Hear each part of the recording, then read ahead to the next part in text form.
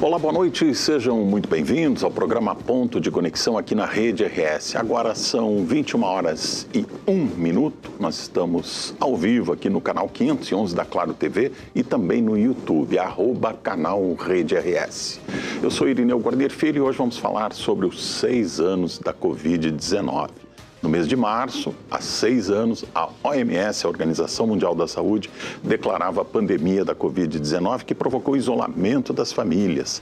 A gravidade da doença infectou milhões de pessoas no mundo, no Brasil, no Rio Grande do Sul. O nosso estado parou por causa da doença. 6 anos após o início da pandemia de Covid-19 no Brasil, os números ainda impressionam e, mais do que isso, convidam à reflexão. Foram milhões de casos registrados, centenas de milhares de vidas perdidas e um impacto profundo que atravessou a saúde, a economia, a educação e o cotidiano de todos os brasileiros. O país que enfrentou colapsos hospitalares, disputas políticas e uma corrida inédita por vacinas, agora olha para trás, tentando entender o que mudou e o que ainda precisa mudar. Mas o debate não é apenas sobre o passado. A Covid-19 deixou marcas duradouras no sistema de saúde, acelerou transformações tecnológicas, alterou hábitos sociais e expôs fragilidades estruturais que seguem presentes. Estamos, de fato, mais preparados para futuras crises sanitárias? O que aprendemos com os erros e acertos deste período? Este é o assunto do Ponto de Conexão de hoje.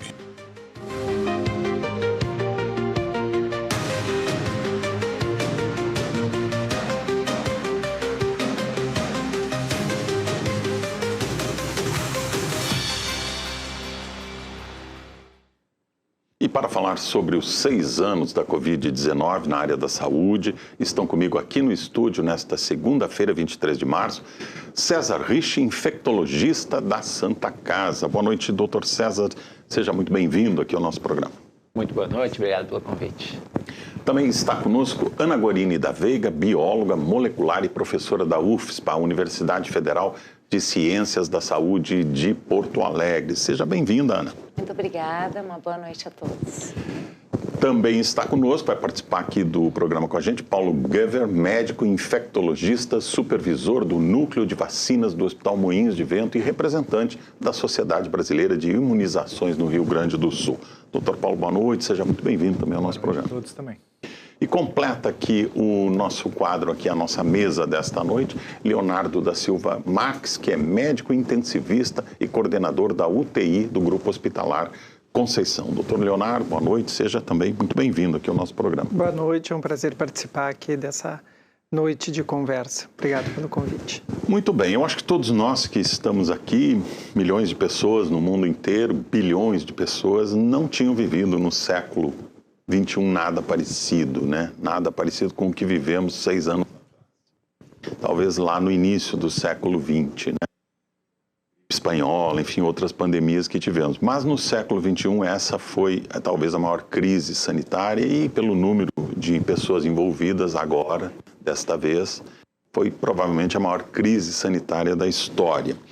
6 anos depois, temos vacinas, pessoas estão protegidas, hoje os casos continuam existindo, mas são em número bem menor e com menor intensidade. Que lições podemos tirar desse momento terrível da nossa história, doutor César?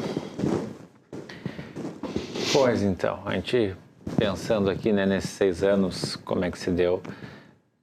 A primeira parte que, quando eu vim recapitulando para a gente conversar sobre isso, me lembrava da abertura das unidades e do estresse que foi quando a gente começou a elaborar tudo isso. Antes da gente ter os primeiros casos, a gente começou a ler, fazer os contatos. Basicamente, todo mundo aqui dessa roda tem seus parceiros internacionais para trocar as figurinhas, né? Eu um conhecido na Itália, eu começando a tentar entender o que estava se passando. Só na China, mas tomou uma proporção de pandemia no norte da Itália. E lembro muito do estresse que foi para a gente elaborar, montar, monta o plano, tá? Mas o início da execução foi muito complicado. O início da execução foi muito complicado. Quem tinha uma ideia, lembro do primeiro caso que recebi o telefonema, dia 10 de março, estava no aniversário de um colega, foi a última janta que eu tive fora durante muito tempo. Sim. Tava lá, tocou o telefone, tá internando o caso suspeito, e a partir dali um nível de estresse absurdo que a gente foi vivendo, para conseguir tentar operacionalizar tudo aquilo que a gente vinha montando e bolando. A primeira parte que eu penso quando eu penso na Covid foi todo aquele estresse inicial, que foi realmente um desgaste que não conseguia imaginar um cenário assim. Doutora Ana, e esse vírus escalou com uma velocidade impressionante, né? Foi uma coisa assim, nós não tínhamos visto, essa geração não tinha visto nada parecido, né? Escalou muito rápido, assim, em poucas semanas nós tínhamos milhões de pessoas infectadas, né? Sim, eu já vinha trabalhando há bastante tempo em parceria com a Secretaria Estadual de Saúde com infecções respiratórias virais. E principalmente vírus influenza, que sempre foi o foco da vigilância, e alguns outros vírus respiratórios, inclusive coronavírus endêmicos, né? E então foi de fato a primeira pandemia da história causada por um coronavírus.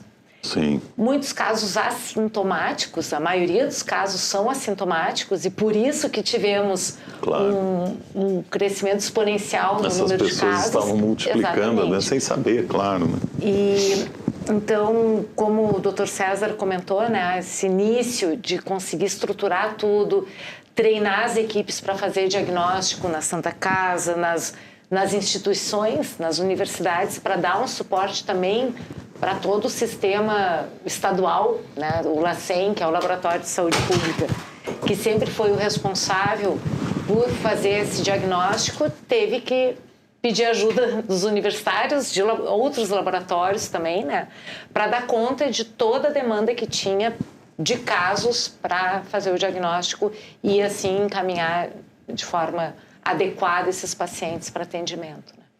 Doutor Paulo, mesmo para os infectologistas acostumados a lidar com vírus, com doenças infecciosas e tudo, foi um impacto muito grande, né? Pegou todo mundo, de certa forma, de surpresa. Ninguém esperava por algo desta dimensão, né? De uma maneira geral, o mundo inteiro foi pego de surpresa. Mas não só os infectologistas, mas outros profissionais da área da saúde e que dão suporte já estavam acostumados com outras pandemias que houveram, ou surtos, né? Endemias também. Então, esse já é um conhecimento bem consolidado ao longo da história da humanidade, só que a vivência de um evento de tamanho, de escala global, né, como esse, na nossa geração nós não tínhamos vivido ainda, né? Se a gente for conversar com as pessoas mais antigas, né, elas estavam mais próximas das pandemias ou endemias, né, de alguns vírus, gripe espanhola, poliomielite. A gripe espanhola já foi considerada uma pandemia na época, ou não? Sim, foi considerada uma pandemia. Né? Infectou praticamente todo mundo. E o mundo não era tão globalizado como hoje. O mundo não era tão globalizado. A comunicação, a velocidade da informação nem se compara ao que a gente tinha hoje em dia, né? Mas muito importante a gente entender que os mecanismos de transmissão da Covid-19 são muito similares a vários outros vírus respiratórios que a gente já teve ao longo da história. Sim. E os conhecimentos, quando a gente tinha poucas ferramentas de prevenção, isolamento, quarentena, né, que eram o pouco que a ciência entendia e conhecia daqueles fenômenos, foram muito úteis nessa última pandemia. Claro que com uma diversidade de cenários, uma mobilidade, né, urbana, também nas regiões rurais, mas a nível mundial, né, e a gente entendendo que uma sociedade não pode parar por completo, porque tem as áreas de suporte na sociedade que não podem parar de jeito nenhum, foi um grande desafio para todos nós.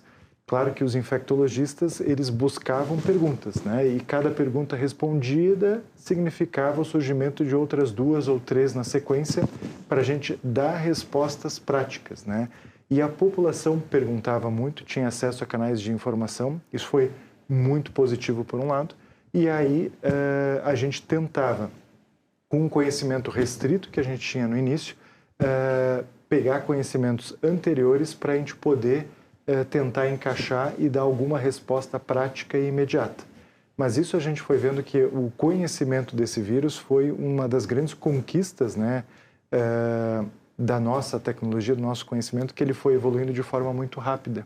Então, o investimento em pesquisa, mobilização, a geração de dados, né, de qualidade, né, e isso aí é o pilar central da medicina, da boa medicina, que é a Os medicina centros de baseada em pesquisa do evidência. mundo inteiro trocavam informações o tempo todo. Exatamente, né? E orçamentos, né, surgiram de várias entidades para financiar esses estudos e as pesquisas, né?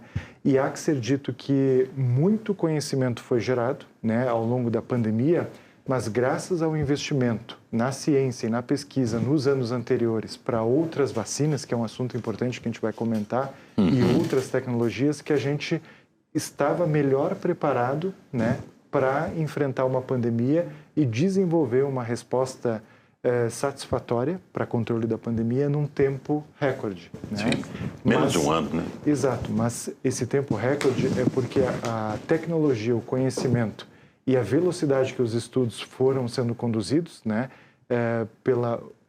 pela inclusão de voluntários, né, que foi de forma massiva, proporcionou que a gente chegasse a respostas rápidas e que, no final das contas, a gente pôde conseguir as vacinas e disponibilizar para a população numa escala global, que nunca antes foi vista na história da humanidade um esforço dessa magnitude. Então, nesse sentido, sim, nós fomos pegos um pouco de surpresa, mas o entendimento de como funcionava, a gente já tinha alguma noção. Só que, claro, os parâmetros que a Covid-19 tinha, isso a gente foi conhecendo no desenvolvimento. Eu me lembro, em março de 2020, nós tínhamos uma recomendação de somente o uso de máscaras cirúrgicas em determinados ambientes. E isso foi evoluindo porque a gente conheceu que o vírus também se transmitia através de partículas muito pequenas chamadas de aerossóis. Pelo ar, né? Exatamente. Então, ambientes fechados e poucos ventilados acabaram se tornando um fator de risco, mesmo com uma distância maior, que nos protegia da infecção, do contágio pelas gotículas, que são as pequenas gotas, né? Então, a máscara cirúrgica não oferecia a proteção ideal neste cenário, que a gente sabe que outros vírus têm essa capacidade de transmissão, mas a gente foi conhecendo do Covid-19 ao longo. E isso foi uma constante ao longo da pandemia, que a gente foi atualizando o conhecimento com base nas informações, com base no impacto da doença, e a gente foi também atualizando as recomendações. Doutor Leonardo, eu me lembro quando, março de 2020, eu morava perto ali do Hospital Conceição, e eu me lembro daquela romaria de ambulâncias ali chegando no hospital. Para os intensivistas e para as pessoas que trabalhavam com UTI, como é que foi aquele momento da conta de uma demanda que era inacreditável? A gente teve um período, que nem disse o César, para a gente se preparar. A gente via na televisão e recebia os noticiários que estava acontecendo, né? E a gente conseguiu preparar, ainda que de forma... acho que a gente não imaginava a escala, mas de uma forma organizada a chegada. Então, por exemplo, no Hospital Conceição e várias outras instituições, a Santa Casa, o Hospital de Clínicas, aqui o Hospital São Lucas, tinham unidades distintas para atendimento dessa população. Então, a gente conseguiu organizar uma área específica para isso. E no início dali, a partir do mês de março, a partir do primeiro caso, tinha muita internação e a gente tinha pouco diagnóstico, né? A gente tinha muita dificuldade em fazer o teste, era demorado, às vezes o paciente saía antes de ter o resultado, então isso atrasava um pouquinho a nossa dinâmica dentro da UTI. E à medida que foi passando a pandemia, a gente começou a ter um crescimento escalonado de forma exponencial do número de casos, e a expansão era insuficiente para a gente dar uma conta. Chegamos a ter no Hospital Conceição em torno de 105 leitos de terapia intensiva no auge da pandemia, sendo que nosso quantitativo é de 59 leitos de uso regular, então a gente expandiu para bloco cirúrgico, para sala de recuperação.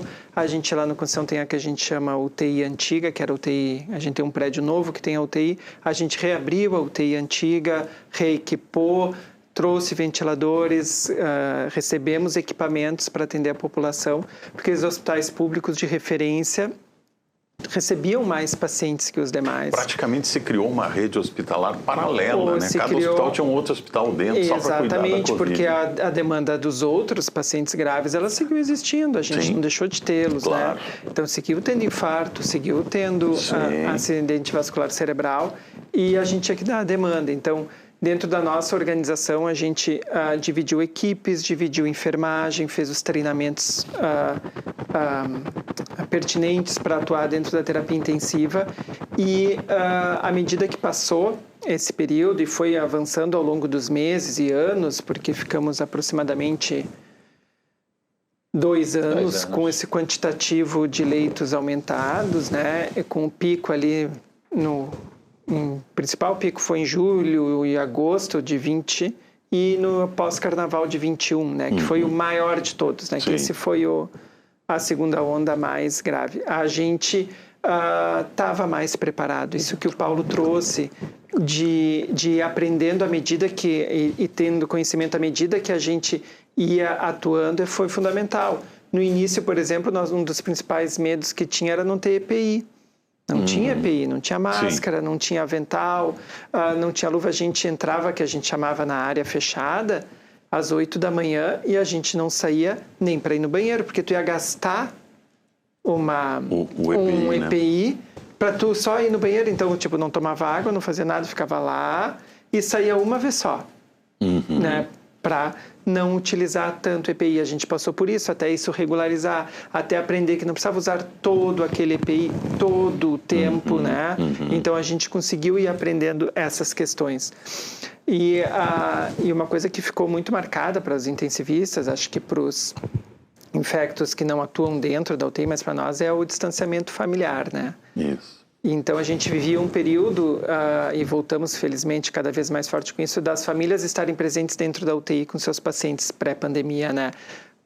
Participando do processo de doença, de cura do seu familiar, do processo de saúde, e a partir daquele momento eles foram apartados disso, né? Isso foi muito complicado. Muita gente internou, ficou lá um tempo e acabou falecendo sem a presença da de familiar. E telefonemas, tinha que fazer telefonema, troca de mensagem.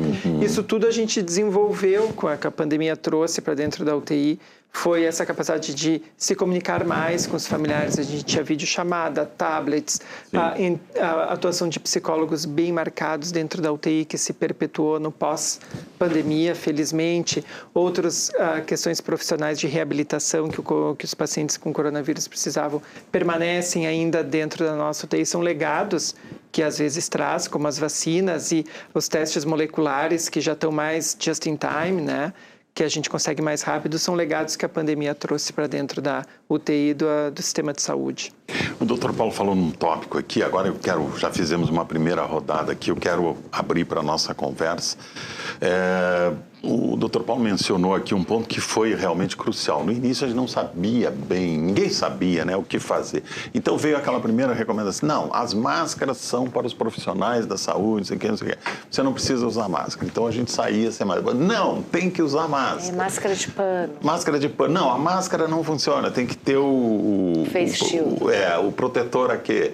Depois tem que ter, aí veio aquela história, não, o vírus fica nas superfícies por 24 horas, 48 horas, aí a gente tinha que passar álcool em tudo, ia no supermercado, dava banho de álcool nos produtos em casa e tal. Foi um aprendizado terrível, penoso, né? Até houve um pouco de exagero, enfim, mas não se sabia, né? E da parte também de diagnóstico, faltavam os swabs, porque o swab não pode ser de algodão, tem que ser de rayon para não interferir na reação do diagnóstico, no kit mesmo. E faltou. E eu lembro de entrar em contato com colaboradores da Europa e lá também não tinha. Então tinha faltado no mundo todo swab daquele material específico para fazer o diagnóstico. E outro ponto que foi comentado, né, que a gente às vezes a gente esquece muito rápido, muitas famílias que sequer viram o parente que faleceu, né? Sim. Não houve velórios. Não houve velório. Não houve enterros, né, com presença de familiares. Então, isso foi realmente tudo muito triste, muito chocante, né? E outra questão interessante disso, que se os colegas quiserem pontuar, que a gente apresentava na UTI, a gente dava muita notícia por telefone, aí os familiares diziam, não, porque o irmão dela está internado no X hospital, o primo está no Y. Nossa. Então, era uma quantidade de famílias afetadas muito grandes de núcleos familiares, né? A gente chegou a ter uma família que a única pessoa que saiu viva foi a esposa, ela perdeu os 3 filhos e o marido, todos com a mesma doença, e só ela, quando a gente ligou para dar notícia de óbito, né? Ela disse, bom, então acabou agora a minha... Então, essa questão familiar, além de tu estar distante, eram vários núcleos da tua própria família que estavam afetados. Isso era muito interessante e um sofrimento que a gente percebia nas famílias incrível. E a gente não conseguia acolher, porque a ideia sempre é acolher, né? A ideia é sempre levar aquilo que a gente consegue sempre, que é escutar, que é dar um alento para as famílias, e a gente era impossível por telefone, por mensagem, por WhatsApp, né? Tu não conseguia fazer esse acolhimento. E um medo constante, um medo de ficar doente, um medo de morrer, um medo de perder né? Vocês parente, tinham um pai, um filho. Claro, é humano, né? Vocês também não estavam lidando com o desconhecido. Mas isso que tu comentou das mudanças, né? Foi uma evolução de conhecimento muito grande em todos os cenários, mas se tu aplicar muitas dessas coisas, porque mudava, né? Muito tem que respeitar o momento epidemiológico. Se a gente pegar e aplicar todas as medidas que foram aplicadas no nosso pior momento, hoje ou logo no início, ia estar errado igual. Então, isso as pessoas têm que conseguir contextualizar. As ações têm muito sentido dentro daquele cenário epidemiológico. Contexto. E aí vinha aquela coisa que era extremamente cansativa, mais 2 semanas. O que era isso? Estamos tentando entender o próximo cenário.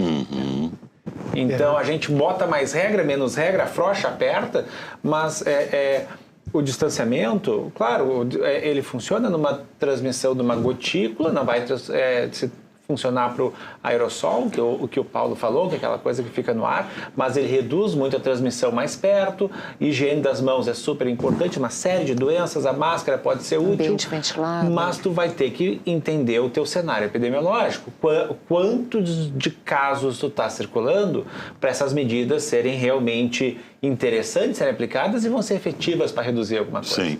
Então a gente joga isso daí e aí as pessoas dizem, estava errado, que nem a vacina funciona, não funciona. Depende, qual é a cepa. Então, muitas coisas, se tu olhar ela no momento errado, ela não tem mais E olhar com os olhos de hoje, 6 anos depois, com todo o conhecimento que nós temos hoje, né, sobre a doença, sobre o vírus, enfim, e julgar o que se fez lá em 2020 também não é correto, né? Porque naquele momento as informações que se tinha eram muito poucas. A gente sempre tem que analisar, e o César coloca muito bem, o contexto e as informações que a gente tinha disponíveis naquele momento. Claro. E a sociedade, ela urgia de respostas práticas, né? Muitas situações que a gente enfrenta no nosso dia são limitadas dentro do âmbito hospitalar ou das unidades de saúde. Mas essa pandemia lembrou a todo mundo, a população, que todos eles estavam envolvidos nessa dinâmica da pandemia. Então, por exemplo, o ponto crítico eram as unidades de saúde, porque a gente atendia os pacientes desde os leves, mas principalmente os mais graves, né, que precisavam de mais cuidados, mas também tudo aquilo que acontecia fora do sistema de saúde influenciava no sentido da dinâmica da transmissão. E aí a gente teve que montar um algoritmo, uma equação muito grande, com várias variáveis, enfim, para restringir a mobilidade social e tentar frear a transmissão do vírus para que a gente tivesse menos casos graves proporcionalmente e o sistema de saúde pudesse dar conta de forma adequada e oferecer o melhor cuidado para aqueles pacientes. Então... Não houve exagero nesse aspecto, doutor? E considerando justamente foi importante botar todo mundo em casa mas mesmo. Os casos assintomáticos que a gente estava comentando também. As pessoas circulavam por aí, né? Não houve exagero? As pessoas houve, tinham que ficar em casa, aquela campanha do fica em casa, ela foi correta? Fazendo uma análise retrospectiva, talvez em alguns momentos a gente possa ter ou ter tomado medidas além do que era necessário ou aquém do que era necessário. Mas, de novo, com base no melhor conhecimento e evidência que a gente tinha no momento. Naquele momento. E muitas vezes, algumas medidas de restrição de isolamento social, elas eram necessárias pelo grau de incerteza, como aquele vírus ia se transmitir, e pelo impacto, porque em algum momento que a gente relaxava a mobilidade social, o vírus ia começar a se transmitir, e mesmo que depois de uma semana a gente voltasse com aquelas medidas de restrição, o vírus ele já estava se transmitindo. Então, até ele frear essa transmissão e começar a desacelerar, ia ser mais 2 ou 4 semanas, e aí isso vinha uma nova onda de pacientes graves. Porque vinha em ondas, né? E assim, cada país tem a sua cultura, tem os seus hábitos, tem a sua distribuição geográfica, o seu comportamento cultural nas famílias. Então, isso foi muito difícil da gente ter uma fórmula, uma receita única que funcionasse em todos os cenários. Então, foi necessário a gente calibrar esses algoritmos, essas estratégias, e aí teve várias iniciativas, né, para a gente tentar frear a transmissão dos casos graves, para dar tempo do sistema de saúde atender adequadamente e também que o desenvolvimento da vacina chegasse numa conclusão e tivesse uma vacina prática. Sim. Então, e isso foi muito diferente, nunca essa geração que está hoje viveu isso aí, porque tirou e restringiu a mobilidade. As pessoas, geralmente tinham medo, e isso é uma percepção comum de risco de doenças, de tocar numa pessoa, né, numa doença, numa fonte contaminada e se contaminar. Então, isso vem desde as épocas mais antigas, né? E a gente lembra sempre de uma doença emblemática, que é a hanseníase, né? Sim. Que as pessoas eram segregadas, enfim, tinham aquela aparência, mas o que a pandemia nos trouxe? Que as pessoas, mesmo assintomáticas, podiam estar transmitindo o vírus antes de iniciar os sintomas, que o vírus se transmitia pelo ar, ou seja, ele era praticamente invisível, né? E podia estar num ambiente com 2 ou 3 pessoas e a gente não sabia aonde estava o vírus. Isso era o pior. Então, né? isso causava uma ansiedade, um medo nas pessoas e teve repercussões psicológicas, com certeza, principalmente nas crianças, talvez que foram privadas de um desenvolvimento mais pleno, né, de convivência social, escolas fechadas, enfim, né, atividades ao ar livre, né, que as crianças precisam para esse desenvolvimento mais saudável, e também a incerteza, porque a gente imagina que essas situações elas vão terminar em uma semana, e passou para 2 semanas, e passou para 1 mês, e passou para 3 meses, e passou para 1 ano, e depois ninguém mais falava em terminar a pandemia, até que começaram a vir as vacinas, e com elas, felizmente, a pandemia começou a diminuir o impacto dela. Sim. A vacina, depois a gente vai falar mais sobre a vacina, mas a pandemia começou em março aqui no Rio Grande do Sul e a vacina chegou em janeiro de 2021. Né? Então, menos de um ano depois, foi uma conquista extraordinária. Porque até então essas vacinas muitas vezes levavam 10 anos para serem desenvolvidas, 5 anos, enfim. Aceleramos enormemente o conhecimento para a produção da vacina. Mas o fato é que naquela época os hospitais estavam concentrados nisso, havia uma rede hospitalar praticamente paralela, e é importante destacar aí também o papel da rede pública, né, que teve um papel fundamental nisso aí. Ninguém ficou sem atendimento, tivesse plano de saúde, não tivesse, enfim, o hospital tivesse lugar, leito ou não tivesse, a pessoa de um jeito ou do outro era atendida, né? Ninguém ficou desatendido. Pelo menos aqui na região metropolitana, enfim, onde a estrutura é um pouco melhor, né? Isso também eu acho que é importante a gente lembrar o papel que teve, né, a saúde pública e a máquina da saúde. Agora, claro, havia muita desinformação e aí no meio surgiram aqueles remédios milagrosos, aquelas receitas milagrosas mais absurdas que surgiram. Depois houve a contaminação pela política também, né? Pela disputa política, um país polarizado, enfim, acabou envolvendo a política e complicou muito mais o quadro. Mas esses primeiros meses foram realmente muito difíceis, né? Eu me lembro quando os shoppings começaram a abrir, né? Que foram, acho que, as primeiras áreas de comércio, supermercado continuou funcionando com aquelas restrições, aí o shopping começou a abrir, mediam a temperatura na entrada, tinha controle aqui, ali e tal. Começou a funcionar e a gente viu que dava para botar o pezinho fora de casa e voltar. Mas sempre havia essa preocupação, né? De será que eu não estou contaminando algum familiar sem saber? Ou será que eu não fui contaminado quando encontrei aquele amigo, conversei 5 minutos com ele? Esse foi para mim o pior, o impacto psicológico, né?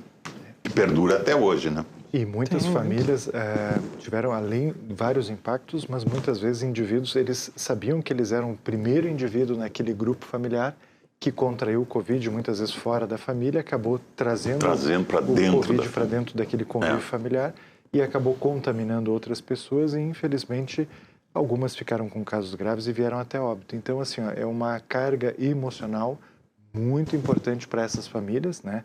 O Leonardo comentou de vários casos, né? Eu me lembro também de uma outra situação.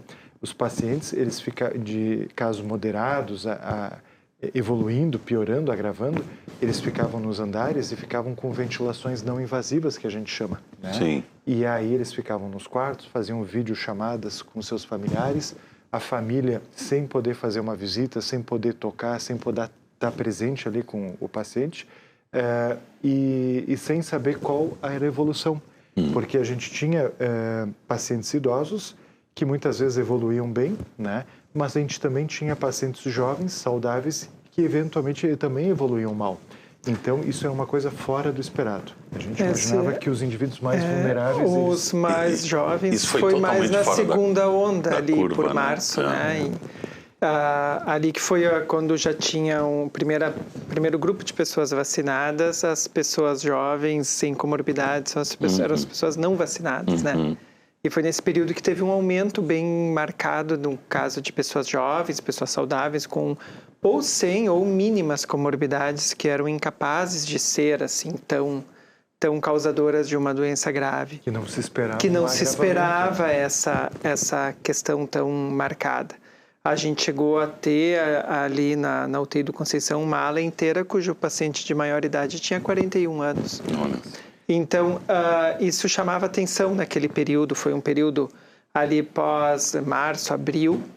E, felizmente, a maioria se recuperava bem. Sim, de 2021. 21, alguns jovens saudáveis e atléticos, enfim, né? morriam também. Isso, também e pessoas velhinhos, com 90 anos, saíam do hospital. Isso era uma coisa que ninguém conseguia entender. Hoje já entendemos isso, doutor? Entendemos um pouco mais e o que eu estava comentando que me chamou a atenção, que esses pacientes, eles acabavam evoluindo, piorando da respiração com insuficiência respiratória, e aí eles tinham consciência que eles iriam precisar de um procedimento chamado de intubação e eles iriam para a UTI. Então, a equipe estava ali conversando e eles muitas vezes falando com os familiares, tentando tranquilizar eles que eles estavam precisando de um tratamento mais intensivo e aí eles iriam para a UTI. E muitas vezes era a última chamada, né? Porque depois ele ia ficar sedado na UTI. Então, assim, são cenas, são casos que a gente não estava acostumado a viver no dia a dia, né? Muito impactantes. E posso colocar uma parte que Por favor. Os guris falaram, né? Do treinar, expandir o leito e tudo mais. Mas muitos desses leitos podia ter um ventilador, ter uma cama, mas isso não determina ser uma UTI. E isso impacta no resultado. O Leonardo tem uma formação... tem um preparo, os colegas dele também, o enfermeiro que trabalha na UTI está habituado, o fisioterapeuta tem uma prática na mecânica ventilatória, são todos profissionais que vão se moldando e trabalhando para isso. E aí, na hora que a gente teve aquela grande expansão de leitos, e aí tu traz um ventilador, tu bota uma cama, e tu vai ter um médico, um enfermeiro, um técnico, isso não configura uma UTI. Sim. E isso pode diretamente impactar no resultado desse paciente. Da mesma forma que tem um outro profissional, tu vai preparar ele, tu vai fazer um procedimento cirúrgico, ele não é um cirurgião. Não importa essa formação de base. Claro. Isso tem impacto. Exato. Então, se tentou aumentar muito, se dividir os colegas, mas... O preparo técnico para qualquer área de atuação, ele é fundamental, né? Mas para a gente pegar UTIs grandes, tipo a do Hospital Conceição, onde as pessoas todas têm treinamento, residência médica, titulação na área, quando a gente faz a análise dos dados da pré-pandemia, pandemia e agora pós, que a gente está no nosso vamos dizer, no nosso dia a dia habitual, a gente não teve um excesso de mortalidade relacionado à pandemia. O que a gente teve foi um desvio da curva das causas de óbito, né? A gente teve mais óbito por SRAG, que é o que a gente estava comentando ali antes no set, né? De síndrome respiratória aguda grave.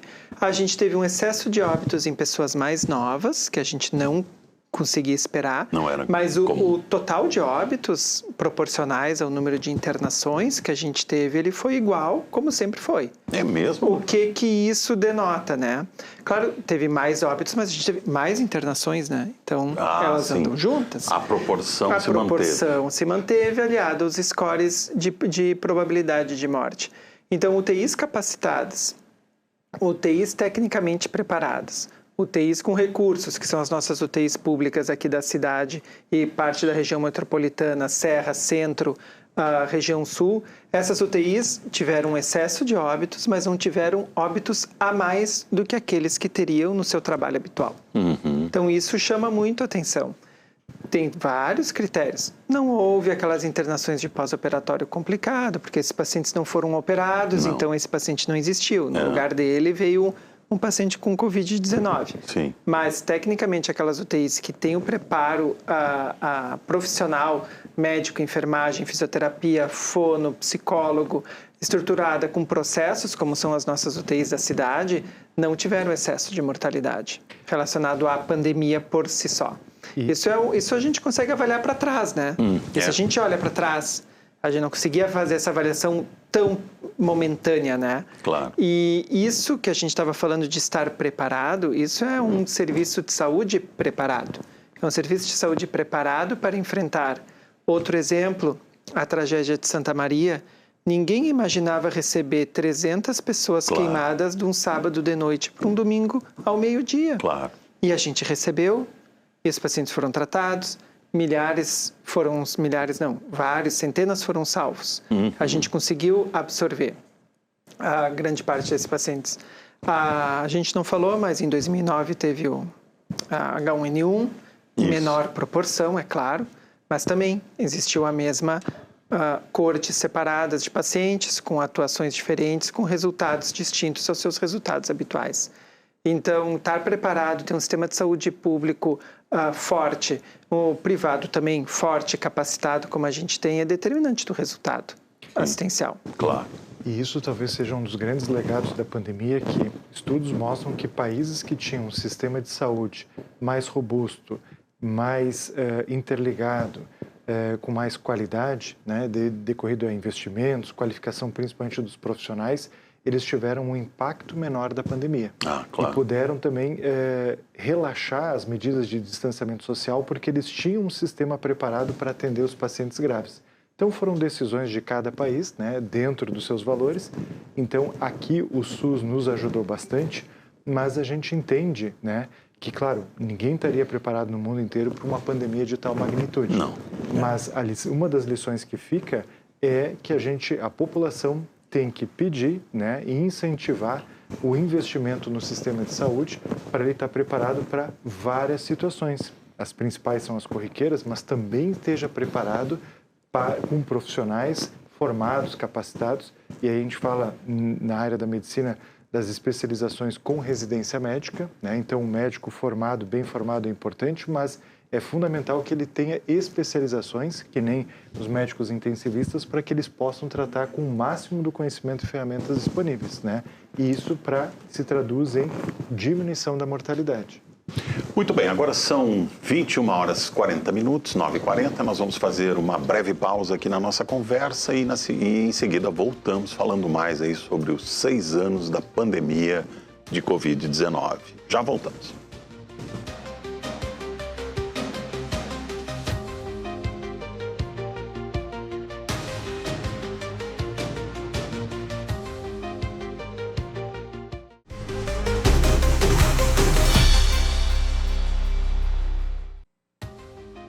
Estamos de volta com o programa Ponto de Conexão aqui na Rede RS, ao vivo no canal 511 da Claro TV e também no YouTube, @canal Rede RS. Agora são 21 horas e 44 minutos e no programa de hoje estamos falando sobre os 6 anos da epidemia de Covid-19. E há 5 anos, em janeiro de 2021, o Brasil aplicava as primeiras doses, né, da vacina contra a doença. Falando sobre o assunto, estão comigo aqui hoje César Rich, que é infectologista da Santa Casa, Ana Gorini da Veiga, bióloga molecular e professora da Universidade Federal de Ciências da Saúde de Porto Alegre, Paulo Gever, que é médico infectologista, supervisor do Núcleo de Vacinas do Hospital Moinhos de Vento e representante da Sociedade Brasileira de Imunizações do Rio Grande do Sul, e completa a nossa mesa desta noite Leonardo da Silva Marques, médico intensivista e coordenador da UTI do Grupo Hospitalar Conceição. Normalmente os jornalistas gostam muito de fazer essas perguntas, né? Isso virou um clichê já, mas todo mundo se faz esse tipo de pergunta. Onde você estava quando caíram as Torres Gêmeas, quando foram atingidas as Torres Gêmeas? Enfim, todo mundo lembra daquele momento exato onde está. Vocês lembram deste momento quando se decretou a pandemia e todo mundo teve que ser enviado para casa? Claro, vocês não, porque vocês seguiram na linha de frente trabalhando, mas as pessoas foram direcionadas para suas casas. Vocês lembram disso? Sim. Nitidamente? Sim. Me marcou, aquilo que eu comentei no início, me marcou mais o primeiro telefonema, que eu era responsável por um serviço contra a infecção, e o combinado era, se chegasse um suspeito, era para ligar. Então, um pouquinho antes ali de divulgar o primeiro confirmado, que agora a gente falando, né, foi no Moinhos, não me lembrava do hospital. Mas eu trabalhava no Ernesto, recebi o telefonema lá da emergência do Ernesto. Tem um caso suspeito. E para mim aquele foi o momento começou. Que deu o start. Mas aí depois começam as pessoas a ir para casa, e isso eu lembro de eu assistir, mas como a nossa rotina já estava entrando num looping, e não sei como é que foram os colegas, mas depois ali nos serviços a gente até podia fazer final de semana, mas emendei, acho que foi quase... Há um tempo atrás a gente estava falando disso, deu 7, 8 meses sem final de semana, porque até podia ser o meu final de semana, mas estava apertado para a Ana, então eu ia lá ajudar a Ana, e aí a gente se trocava, e todo mundo desligava, a gente não desligava mais. Mas então eu lembro do primeiro telefonema, e depois começa a se recolher assim, e ver a chamada das pessoas, vamos reduzir, vamos modificar. Mas para mim o que mais marcou foi esse primeiro caso. O telefonema. Está acontecendo. Caso. Doutora Ana, lembra? O que mais marcou para mim foi, entre Natal e Ano Novo de 2019, a notícia dos casos de pneumonia negativos para influenza. E na primeira semana de janeiro de 2020, confirmado que era um coronavírus. E aí a rede de pesquisadores da área entrou em pânico. A primeira coisa que eu lembrei foi do SARS lá de 2002, 2003, coronavírus, né? O MERS. E eu, inclusive, em 2005, eu tinha sido voluntária lá no NIH, nos Estados Unidos, para a vacina do SARS. Então, eu tinha entrado num estudo clínico de fase 1, eram 12 pessoas voluntários, né, recebendo 3 doses da vacina contra o SARS. Isso lá em 2005. E eu nunca imaginei que em algum dia esse assunto retornaria, né, 15 anos depois. E numa proporção muito maior, né? Vocês lembram desse dia, do dia em que caiu a ficha? Estamos diante de uma catástrofe sanitária global. Olha, foram tantas datas e como os colegas comentaram aqui, a gente não parou um minuto durante a pandemia. Não deu tempo de refletir muito. Exato, mas eu me lembro em março de 2020, o fechamento das escolas, dos colégios, das faculdades. Então foi uma semana que foram fechando várias escolas. Foi um efeito dominó, né, que a gente costuma comentar. E aí as crianças não tinha mais aquele movimento, né, nas escolas, nos parques, enfim, e começou aquela restrição. Lembra, doutor Leonardo, desse dia? Lembro, na verdade, eu estava de férias, eu ia entrar em férias. Então, deu a pandemia, a gente cancelou a viagem e eu fiquei praticamente 15 dias em casa de férias, assim, naquele momento inicial. Mas ainda trabalhava na Santa Casa e a gente teve as férias canceladas ali. Todo mundo foi chamado de volta. Para voltar, para organizar, para fazer as questões. Mas foi, assim como a Ana falou, a gente começou a perceber que ali para janeiro já tinha toda essa notícia, já estavam testando imunobiológicos para fazer junto com o tratamento de coronavírus, né? Imunomoduladores. Então a questão realmente é séria. Então nós já estava discutindo isso no meio. Vai ser que nem o H1N1, será que a gente vai ter? Ali que começou a organização. Era a referência que nós tínhamos. A referência que a gente tinha. Mas os médicos já percebiam que havia alguma coisa maior. Que era provável que ia chegar, porque estava se aproximando, veio da China, ali a Itália, que acabou sendo o local ocidental com mais... Milão, ali o norte. Com mais a projeção. E uma coisa muito interessante é que tinha muitos mitos, né, no início da pandemia, entre vários. Um deles, assim como a vestimenta e as máscaras, era que não podia usar ventilação não invasiva em pacientes com coronavírus. E não podia, quando a gente faz o processo de intubação de um paciente, é fundamental que tu ofereça oxigênio antes de fazê-lo. Por quê? Porque nesse momento é o momento que ele vai ficar sem respirar por si só até tu realizar o procedimento. Mas não podia oxigenar o paciente. E como é que é a ventilação não invasiva? Como é que é a ventilação não invasiva é uma máscara facial acoplada, sem vazamentos, na qual um aparelho que até pode ser o de ventilação mecânica invasiva, mas muitos são próprios para isso, outros são mistos, fornece uma pressão, como se tu tivesse, a gente comenta com os pacientes quando eles não entendem muito, que nem tu tá andando de moto sem capacete. Né? Andando de moto, abre a boca, é essa a sensação semelhante que tu vai ter. E esse vento que é empurrado para dentro da tua via aérea, ele expande teu pulmão e leva junto o oxigênio. Então, ele te auxilia na movimentação torácica. E não podia fazer no início. E a Itália tinha umas máscaras que na Europa é comum ter, no Brasil a gente... Se tem algum lugar, é caso isolado. Uma máscara total na cabeça. Parece uma máscara de mergulhador que se infla com um ar. Então, só podia ser essa, não podia ser outra. Aí ficou todo mundo desesperado para ter a máscara. Não temos. Não tem no Brasil. Ela não existe, a gente não sabe nem usar, porque ela tem uma válvula, ela requer um treinamento e uma expertise para uso que a gente não usa. Ela amarra embaixo do braço, ela tem toda uma situação. Então, esses dogmas a gente foi perdendo, até que a gente foi vendo, não, é impossível realizar uma intubação, é impossível não utilizar a ventilação mecânica não invasiva num paciente com coronavírus, eles vão morrer. Né? Vamos fazer da mesma forma que a gente faz com as outras doenças respiratórias agudas graves. E aí foi caindo essas questões. Mas isso tudo até a gente aprender, né? Isso aí levou pelo menos um mês e pouco, pelo menos, naquele primeiro momento. O corticoide? Corticoide. Uma das principais medicações depois que a gente...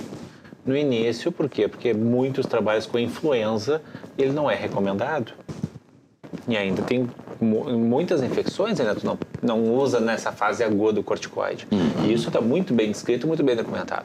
O que a gente tentou fazer? Importa o conhecimento, um quadro semelhante, um vírus semelhante, mas ele tem suas particularidades. E o corticoide é muito vantajoso nesses doentes, principalmente no doente crítico. Então, mas no início, não usa corticoide. Não deve usar. Tu acreditava que ia fazer mal pro paciente. Estava errado. Aí, mas o que o Paulo falou, se pegava o que tinha dos melhores trabalhos do momento e tenta aplicar neste cenário. E aí tu vai vendo que as coisas não se comportam como tu espera. Aí tem uma produção científica absurdamente grande. Difícil de a gente conseguir se atualizar. Sim, tão pouco tempo, né? E muitos trabalhos e a gente muitas pessoas tentando pegar talvez até trabalhos antes deles estarem publicados, que era uma dificuldade também, existe, né? Acho que para nossa alegria os 4 colegas aqui têm um viés acadêmico muito forte e existe uma rotina para tu apresentar o que é feito. São publicados, uma revista científica. O meu trabalho vai ser revisado por colegas que vão criticar, que a gente vai... E tudo isso é importante para depois tu poder pegar um trabalho com qualidade e entender o que está ali. E se tentava pular muitas etapas disso, e às vezes tu pega informações que estão falhas. Então, isso é muito e o medo ruim. eram generalizados, só que a gente não podia pular essa etapa porque da conclusão, com qualidade de um estudo bem feito, ia impactar milhares, centenas de milhares de vidas com as ações que a gente ia fazer no sistema de saúde. E também implicaria no investimento, no gasto de recursos que eram muitas vezes limitados. Então, por isso, o César falando, né, e nós estamos em 4 pessoas aqui que temos esse mesmo denominador da medicina baseada em evidência, tinha que ter muito critério, claro que no menor tempo possível, porque as respostas eram necessárias, mas com um critério para ter esses estudos com resultados de qualidade e confiáveis. E vocês trocavam informações com outros países, centros de pesquisa, hospitais de outros países o tempo todo? Como é que era esse intercâmbio de informações? Porque isso se acelerou muito, né, na pandemia. Sim, eu me lembro particularmente de trocar experiências com colegas no Reino Unido, nos Estados Unidos, na África do Sul, na Austrália, mas eram vivências operacionais do dia a dia, né? E também para saber como que estavam sendo discutidos os estudos, se os grupos, né, de especialistas de lá também estavam enxergando os mesmos pontos fortes, pontos fracos dos estudos, né, para a gente fazer então uma leitura crítica desses estudos e ver o que a gente podia extrair de informação para a prática nossa. Então, mas isso, grandes grupos se formaram muito rapidamente em vários níveis, né, não só na área da saúde, para trocar informações, para colaborar com casos também, estudos multicêntricos que a gente chama, né, em que os pacientes são recrutados para testar uma intervenção, um tratamento em vários locais do mundo. Então, isso aí foi organizado de uma forma muito rápida para ter um N, que a gente diz o número de pacientes suficientes para a gente poder fazer uma análise estatística com um grau de confiança muito alto para a gente poder dizer que realmente aquilo ali era confiável o resultado e que a gente poderia extrapolar para a população, ou seja, na prática do dia a dia. Bom, os médicos, como qualquer outro profissional, não são invulneráveis e não são imortais. Vocês tinham medo de mergulhar nesse desconhecido, assim, Era um campo de batalha, né?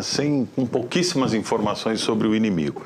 Vocês em algum momento sentiram que estavam ali correndo risco de vida ao enfrentar um inimigo invisível tão sorrateiro como era o vírus, o coronavírus? Chegaram a sentir isso ou na hora você vai e faz e não pensa? Eu não atendia pacientes, né? Não é minha formação, mas a gente recebia as amostras. Estava nos laboratórios recebendo. E tinha que fazer toda a análise da amostra, né? Ficava manipular cara a cara as com o vírus amostras, ali, exatamente. Né? Então, essa preocupação dos EPIs o tempo todo, o ambiente do laboratório também. Eu tive medo. Porque até então não se sabia também se os EPIs protegeriam como se esperava, né? Se eles seriam tão eficientes e suficientes, né? Né? Eles ajudaram bastante. No primeiro momento, se tinha um medo natural, eu acho, um medo geral. O principal das equipes que se via foi ali, a partir do primeiro trimestre de 2021 ali, sim, foi uma onda que foi tão forte que muitos tinham medo, teve colegas que se afastaram, teve colegas que tentaram minimizar sua participação nesse atendimento, como a UTI tem várias áreas. Eu queria ficar um pouco fora desse atendimento, ficar na outra, porque isso aconteceu realmente, né? Esse medo levar para dentro de casa, a família, os pais, as pessoas mais idosas, as crianças, que até o momento parece... se tinha dúvida se criança ficava grave ou não ficava grave, não sabia exatamente, né? Mas, enfim, fica, né? Não tem dúvida. Sim, acho que todos nós, pelo menos por dentro da UTI, passamos por essa dúvida e por esse medo constante. Mas a maioria se tocou para frente, né? A maioria conseguiu realizar seu trabalho de forma muito, muito digna, né? E muito capaz. Com certeza. Toda a equipe, os médicos, enfermeiros, fisioterapeutas, pessoal da limpeza, todo mundo que se envolveu diretamente, né? A chamada linha de frente, né? Isso, o pessoal da secretária, o pessoal da recepção. Que recebia as pessoas, o pessoal que encaminha motorista as pessoas. Ambulância. Exatamente, né? Eu acho que de uma forma geral foram vários os medos, né? Mas os profissionais da saúde e também das áreas de apoio, eles estavam muito comprometidos com o cuidado dos pacientes. Então, acho que o maior medo era o profissional da saúde se contaminar e levar essa contaminação para a sua casa. Sim. Então, foram várias situações, eu também acabei vivenciando isso, que no momento onde a gente não tinha muitas informações, eu acabei decidindo por me separar, né, da minha família. Então, eles foram para um outro local e se isolaram. E aí eu fiquei mais tranquilo, porque eu tinha certeza que se eu pegasse o Covid, eu não passaria para eles, dentro né? de casa. Então, acho que isso foi um medo bem corrente, principalmente no início, né? Teve médico que ficou no próprio hospital ou em hotel, ou enfim, né, para não ir para casa, para não correr o risco, né, de contaminar. Numa noite, no final de semana, eu também atuava no Hospital Universitário de Canoas, que foi um dos hospitais públicos de referência. Uhum. E daí a gente recebeu o telefonema, vai ter que reabrir mais uma unidade. E não era uma unidade com profissionais que já estavam... Porque para cada unidade que tu abre, tu treinava o EPI, a rotina, tu entendeu qual é essa é a entrada, ela é suja, ela é limpa, e as pessoas iam sendo capacitadas, treinadas para atuar ali. Sim. E aí se avisou, não, vamos abrir uma unidade, só que se avisou numa tarde para abrir de noite no final de semana. Aí liguei para uma das enfermeiras do controle de infecção, olha, tu vem comigo para a gente ir lá, e vamos, de uma maneira mais rápida, apresentar, explicar como é que uma nova equipe tem que entrar. E não era não era dois, era diversos profissionais, que era logo no início ainda. Eu abracei meus filhos, não sei se volto para casa, porque era isso, porque tu dividia a equipe e tu ia preparando, daí não, do dia para a noite, gente, 8 técnicos, um enfermeiro, vai. Não, né? Não é assim, somos profissionais de saúde, mas de novo, tu tem que ser treinado, tem que ser capacitado. Aí tu vai lá, explica, começa, mistura as equipes para tu botar uma pessoa que já tem bagagem junto, né, para não fazer um time todo novo, então, e aí tu organiza as rotinas para elas funcionarem melhor. Isso também foi um dos momentos que eu lembro, depois de voltar para casa, tu ficar pensando tudo aquilo que tu viu, todo o sofrimento dos colegas que estão entrando nesse barco que já está navegando, era difícil depois de desligar. A gente chegava em casa e a cabeça ficava horas ainda repassando todo o que vai acontecendo nesse dia. E uma das coisas que chamou a atenção, porque a gente convive nos hospitais, nas unidades de saúde, né, e são ambientes que têm bastante circulação de pessoas, de pacientes, os colaboradores, né, e na pandemia, por conta das restrições de visitas, enfim, né, os hospitais, os que eu trabalhei, eram muito silenciosos, porque os pacientes todos estavam dentro dos quartos, fechados, né, em isolamento, às vezes 2 pacientes no mesmo quarto com Covid-19, não tinha as visitas, então era um ambiente muito silencioso. Então isso chamou muito a atenção, né? Quando nós circulávamos na rua, porque a gente tinha saído da nossa casa para o hospital ou de um hospital para outro, a gente não via movimento nas ruas, né? E éramos só nós, né? Os profissionais de saúde e outros de áreas específicas, né? Então isso tudo foi muito diferente do que a gente estava habituado. Então, para a gente conversar em locais que a gente conversava com 3, 4 colegas, faziam pequenas reuniões para discutir casos, isso já não acontecia mais. Porque se evitava aglomeração, não se tirava a máscara, né? Então houve, mesmo quem estava atendendo os pacientes, um distanciamento das outras pessoas do convívio social muito importante, né? Claro. Bom, e aí chegamos a janeiro de 2021 e tivemos então a primeira vacinação contra a Covid aqui no Rio Grande do Sul. 5 pessoas foram imunizadas naquele dia, a notícia do dia 18 de janeiro. Temos ali a imagem, essa imagem é histórica, né? As 5 pessoas que receberam a vacina, né? Era uma senhora idosa, uma indígena, uma técnica de enfermagem, uma auxiliar de higienização e um médico, né? Isso aconteceu em meio ali à pandemia, estávamos ainda lutando terrivelmente contra a doença, menos de um ano já conseguíamos ter uma vacina. Essas pessoas que aparecem nas fotos, na foto eram a Heloína Gonçalves Born, de 99 anos, moradora do residencial geriátrico Dona Care, a Carla Ribeiro, 32 anos, da etnia Caigangue, residente na aldeia Fagnin, na Lomba do Pinheiro, Aline Marques da Silva, 40 anos, técnica de enfermagem, CTI Covid, do Hospital de Clínicas de Porto Alegre, Joalma Kazimierski, 48 anos, auxiliar de higienização do Grupo Hospitalar Conceição, e o Jorge Hamilton Roer, 68 anos, médico-chefe do Serviço de Medicina Intensiva da Irmandade da Santa Casa de Misericórdia de Porto Alegre. Menos de um ano depois da eclosão da pandemia, já tínhamos uma vacina. Isso foi um recorde na história, né, da medicina. Nunca, em tão pouco tempo, se desenvolveu uma vacina. Como é que se chegou a isso de forma tão rápida? Antes se trabalhava muito devagar ou se trabalhou muito rápido dessa vez para atingir um objetivo desta magnitude? O que vocês acham? Bom, eu posso comentar um pouco? Claro, mas, por favor. Os estudos que a gente operacionaliza para testar a vacina, eles precisam que os voluntários entrem num estudo. Às vezes são estudos de 50 pessoas, estudos de 1.000 pessoas, estudos de 10.000 pessoas. Sim. Né? Então, a velocidade que esses voluntários entram nos estudos, né, isso pode ser maior ou menor. E na pandemia foi em tempo recorde. Então, isso foi uma variável que ajudou bastante que esses voluntários entrassem em tempo recorde e a gente pudesse vacinar e acompanhar eles por um período adequado para ver se a vacina era segura e se ela evitava os desfechos mais graves e outros da Covid-19. Então, esse foi um dos fatores. Mas um dos outros fatores que foi importante, principalmente para a tecnologia do RNA mensageiro, que tem vários pesquisadores no mundo, enfim, que já estavam pesquisando essa tecnologia há mais de década, foi que ela estava sendo desenvolvida para descobrir vacinas contra o câncer. Né?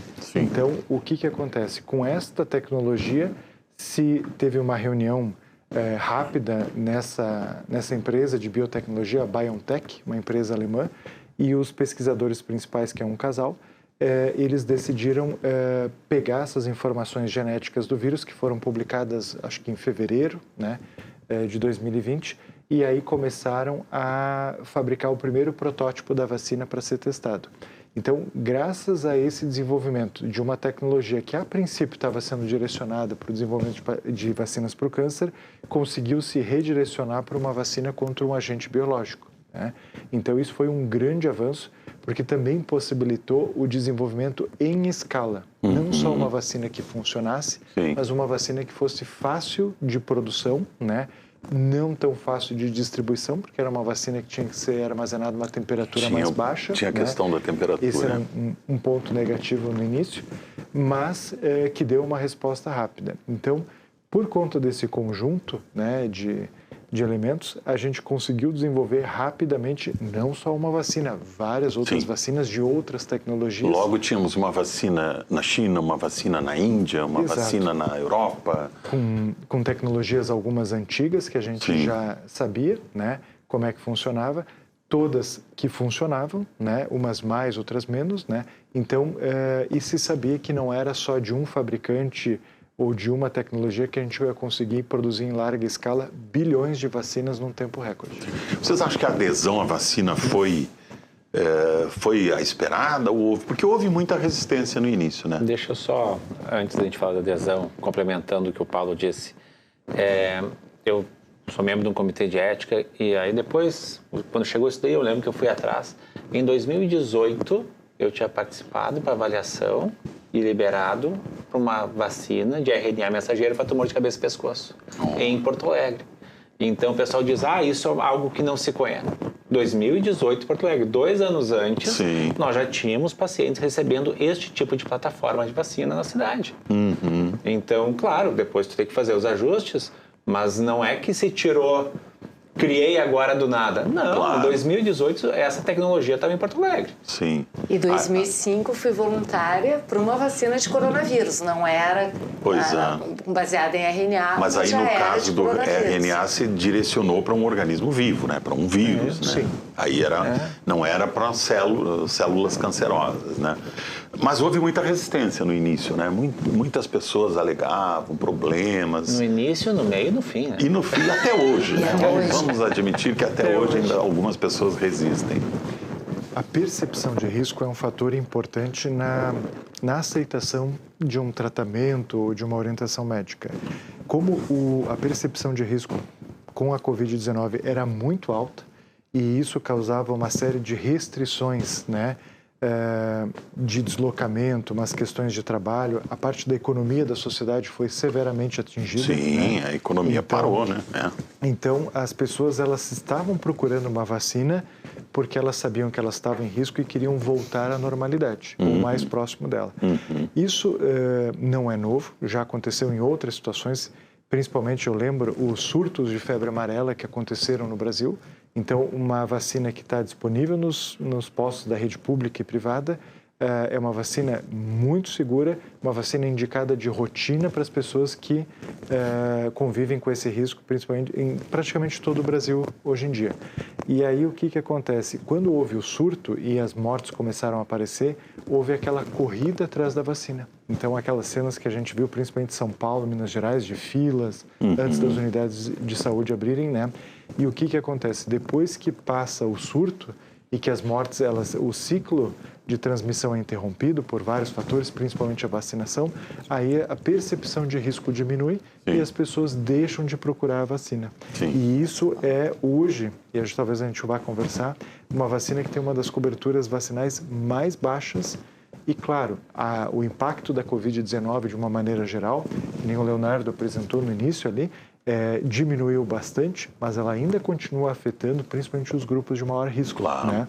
E perder uma vida hoje, em 2026, tendo uma vacina altamente segura e eficaz, gratuita numa rede pública, né, num posto de saúde que fica fácil de acessar, isso, nós como sociedade, a gente não pode se acostumar ou entender como normal. Não, de jeito nenhum, não podemos normalizar isso. Agora são 10 horas e 10 minutos, a gente vai fazer mais um breve intervalo aqui, em seguida voltamos com o último bloco do Ponto de Conexão, falando hoje sobre os 6 anos da pandemia de Covid-19.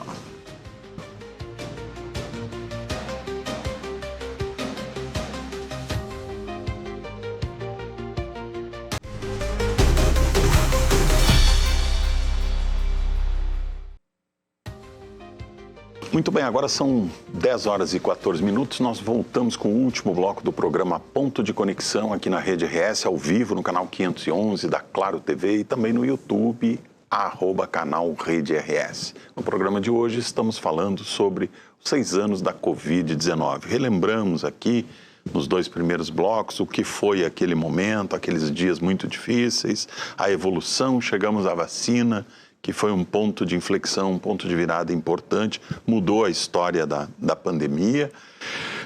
E hoje nós vivemos uma situação curiosa, né? Pouca gente procura vacina, enfim, temos aí parece que assim, passa o perigo e as pessoas relaxam e abaixam a guarda. Mas a gente vai falar sobre isso com os nossos especialistas aqui. O que aconteceu na opinião de você? Na opinião não, no conhecimento de você, pelo conhecimento de vocês. Esse vírus enfraqueceu, aquela história da imunidade de rebanho, tanta gente se contaminou e tal. Isso funcionou? Foi a vacina que realmente debelou esse incêndio e reduziu os casos? Como é que chegamos 2, 3 anos depois a uma situação de quase que absoluta tranquilidade sobre isso? E hoje, qual é a situação? Dr. César deu um sorrisinho ali que eu vi que ele tem uma opinião. Isso é multifatorial, primeiro ponto. Né? Tem impacto da vacina, tem impacto dos casos, tem impacto do vírus. Todo agente que entra numa população pela primeira vez, o estrago dele é maior. O primeiro contato de qualquer patógeno numa nova população, ele vai ter uma propagação muito grande e vai levar a maior estrago. Zika entrou no Brasil, recorde de casos, recorde de microcefalia, ainda temos Zika no Brasil. Sim. Se fala menos, tem menos casos, o estrago é menor. Esses vírus não se mudam para Marte, eles estão aí entre nós. Seguem endêmicos.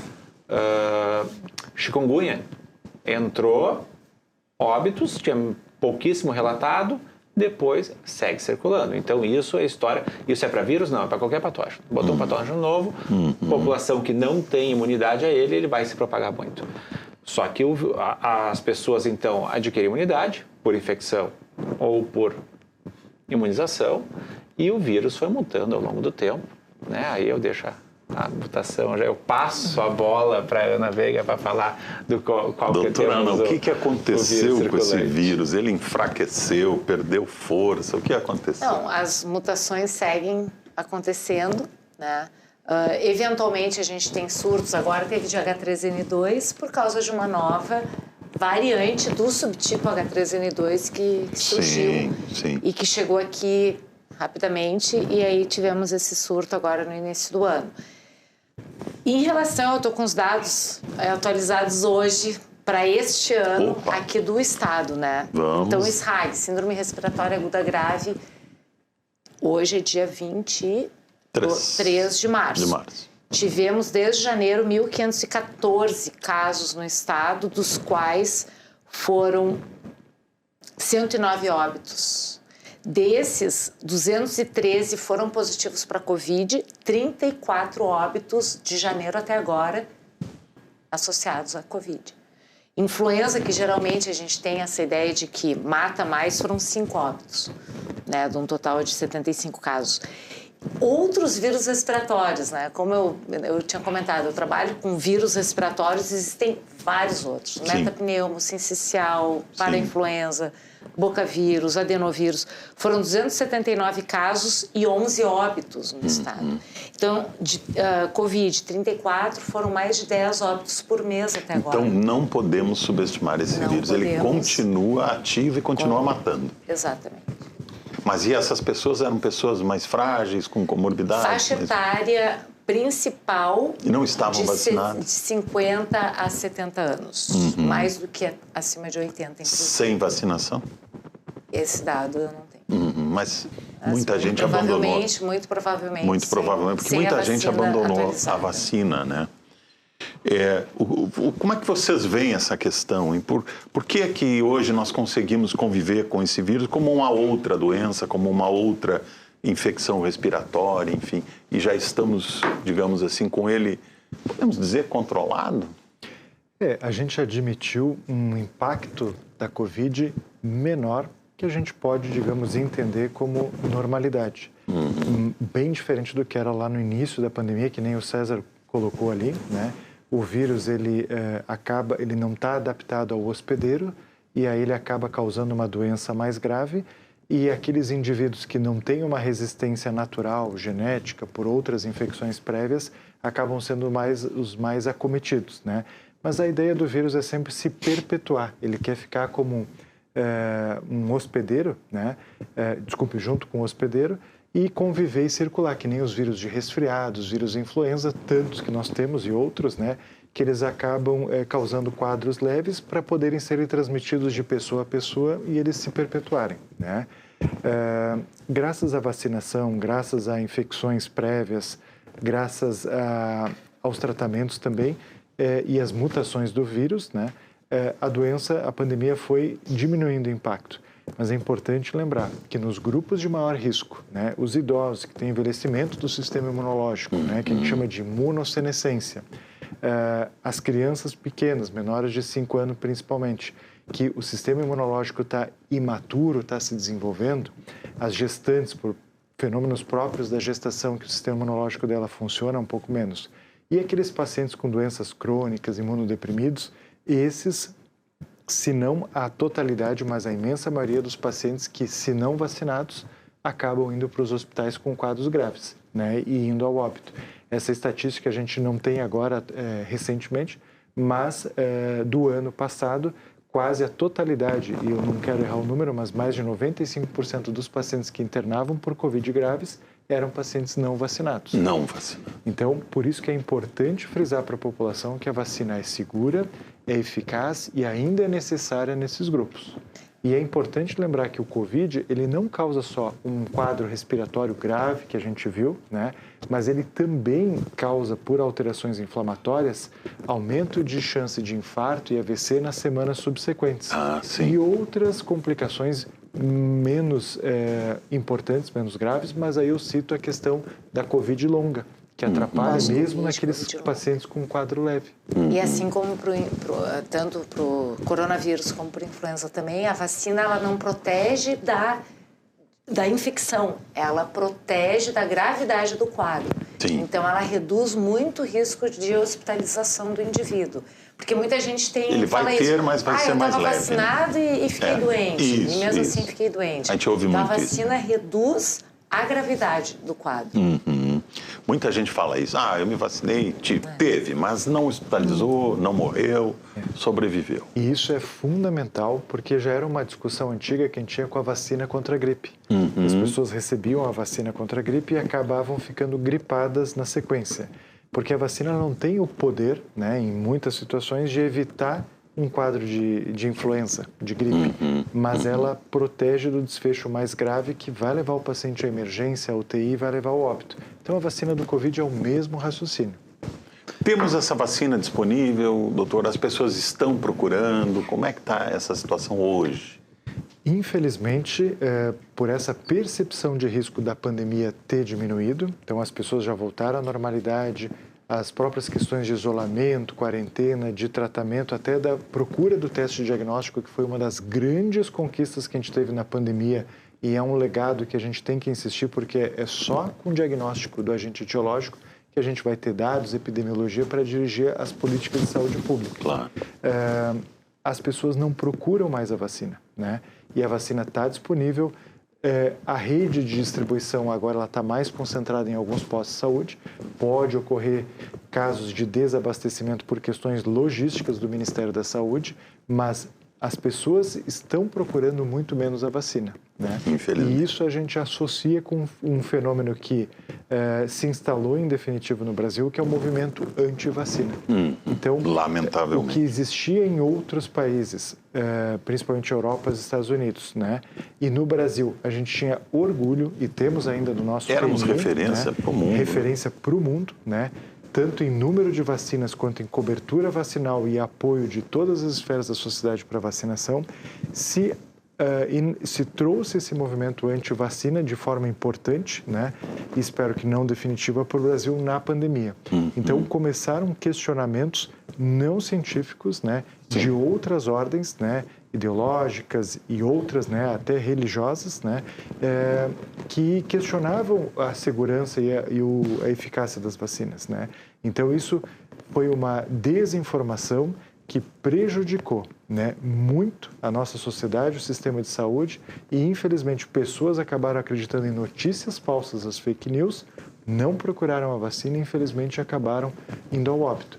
Então, talvez mais letal que o vírus foi a falta de informação ou as fake news. Então, isso que sirva de um legado para nós refletirmos, né, e trabalhar com educação séria, baseada em evidência, pelos profissionais de instituições que são credenciados para isso e têm uma responsabilidade ética profissional para passar esse conteúdo para a população de forma acessível e clara.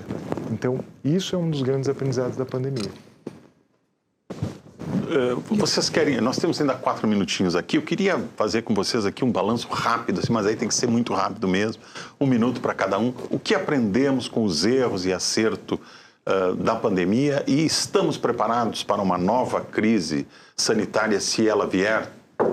Tomara que nunca mais venha. Vou fazer pela ordem de apresentação aqui, doutor César. 1 minutinho.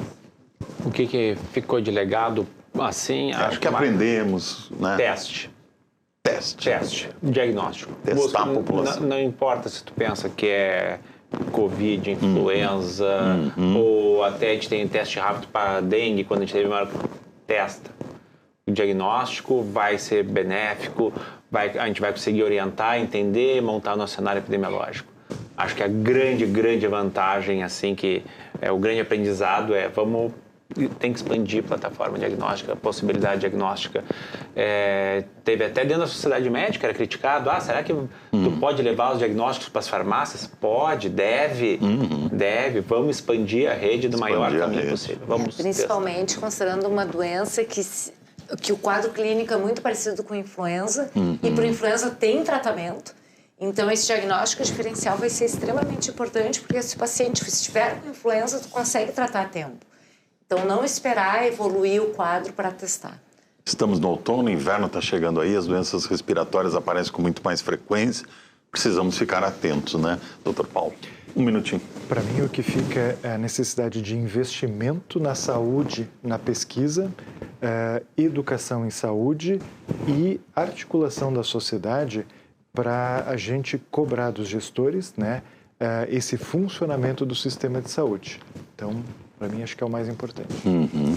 Doutor Leonardo? E da parte dos pacientes graves que demandam a internação em UTI, a gente fica o legado de que é possível se organizar com equipe técnica capacitada, com investimento, tanto em tecnologia quanto em treinamento de equipe, se consegue dar a assistência que a população precisa.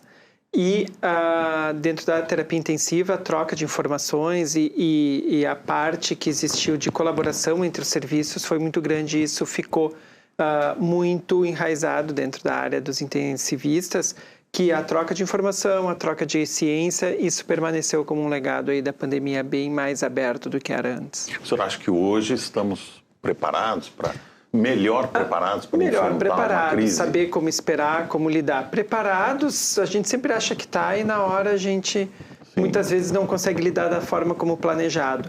Mas acredito que sim, que a gente tenha mais capacidade de lidar com situações extremas.